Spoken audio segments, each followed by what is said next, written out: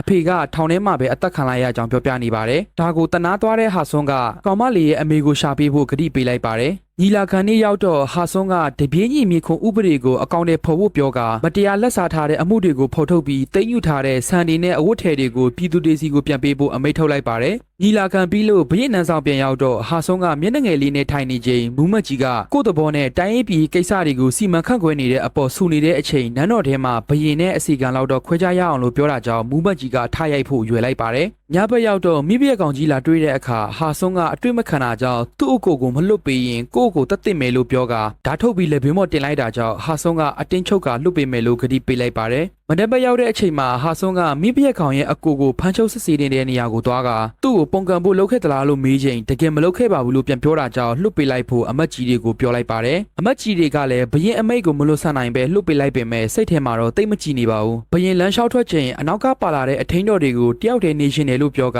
ပြန်လွတ်လိုက်ချိန်တတော်စောက်ဘုံမူကကြံနေတာကြောင့်ပြန်ခိုင်းတဲ့အခါဒါကနန်းတော်ရဲ့စီးမင်းနဲ့မကိုက်ညီပါဘူးလို့ပြန်ပြောပါတယ်။ဒါကြောင့်ဟာဆွန်းကသူ့ရဲ့ဖက်နှက်ကိုကန်ထုတ်လိုက်တော့တတော်စောက်ကပြေးသွားကောက်ချိန်ဟာဆွန်းကတယောက်တည်းမိဖုရားကောင်ရှိတဲ့နေရာကိုထွက်လာပါတယ်။ရောက်တဲ့အခါဟာဆွန်းကမျက်ခွက်ပြောင်လာပြီးမိဖုရားကောင်ကိုပျော်ရွှင်အောင်လုပ်ပေးခြင်းပြီးမယီမပြုံးဖြစ်နေတဲ့မိဖုရားကောင်ကိုပြုံးပြဖို့ပြောတာကြောင့်ပြုံးပြကထွက်သွားလိုက်ပါတယ်။ဒီအချိန်တတော်စောက်ကြီးရောက်လာကဘရင်ကိုဖက်နှက်စီးပေးနေချိန်ဘရင်ရဲ့လက်ကကြမ်းတမ်းနေတာကိုသတိထားမိသွားပါတယ်။ညရောက်တော့တတော်စောက်ကြီးကမိမဆိုးကြီးကိုဒီအကြောင်းပြောပြတော့မိမဆိုးကြီးကအတွေးမလွန်ဖို့သတိပေးလိုက်ပါတယ်။ဒါကြောင့်မိမဆိုးကြီးကမူမတ်ကြီးကိုဘရင်အစားထိုးထားတဲ့ကိစ္စကိုကိုရန်တော်တတော်စောက်ကြီးကရိမ့်မိနေတာဖြစ်ပြီးပြောပြလိုက်ရမလားလို့ပြောတော့ကိုရန်တော်တတော်စောက်ကြီးကဖြောင်းမတဲ့နေရာမှာနှစ်ယောက်မရှိတာမို့သူ့ကိုအတိမပေးသင့်ဖို့မှားလိုက်ပါတယ်။ဆာဝေါဆိုတဲ့အစီကံမလီယာမိဖုရားကောင်စီသွားပြီးဟာဆွန်းပေးခိုင်းထားတဲ့မုတ်ကိုပေးကစကားတချို့ကိုပါလိုက်ပါတယ်။ဟာဆွန်းစီကိုတော့မူမတ်ကြီးရောက်လာကမိဖုရားကောင်ရဲ့အကိုကိုလှုပ်ပေးလိုက်တာကြောင့်လာဆူနေတာဖြစ်ပါတယ်။ဒီအချိန်ညလေစာမုတ်လာပေးတဲ့အပြိုတော်ရောက်လာတာကြောင့်နှစ်ယောက်သာနေရအမြန်လဲလိုက်ပါတယ်။နေရလဲပြီးချိန်မှာမှားနေတာကြောင့်နှစ်ယောက်သာနေရပြန်လဲက